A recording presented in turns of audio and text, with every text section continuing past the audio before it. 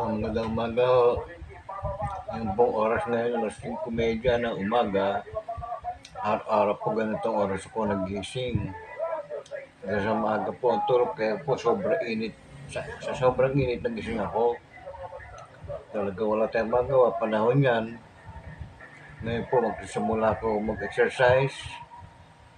Mag-almusal muna po ako bago po mag-start mag-exercise. Yun po yung ginagawa ko para sa kabutihan din po natin katawan, para lumakas po ako.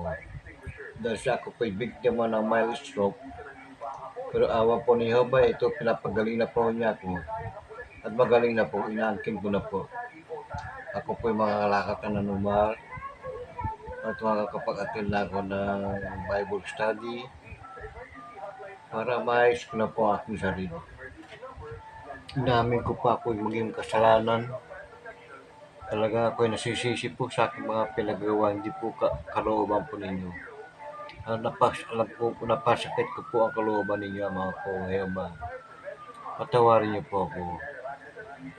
Alang-alang po sa aking mga po, mga anak, si Alma, si Alan, si Ann, ang aking apo, si Megan, si Lester, Aaron, ang aking tunay na apo sa aking anak. Marami po apo sa mga pamangkin, marami po kapatid po.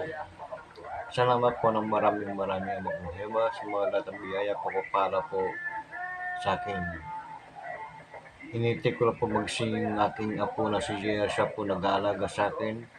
Siya po tumitingin sa akin. Siya po nagpapakain. Naghahanda na aking makakain.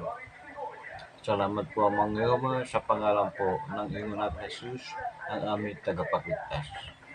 Ngayon po, gawin niyo po ako sa pagbibideo ko. Gawin po ako matuto ko mabuti para ako po makapag-enjoy sa aking sarili. Salamat po.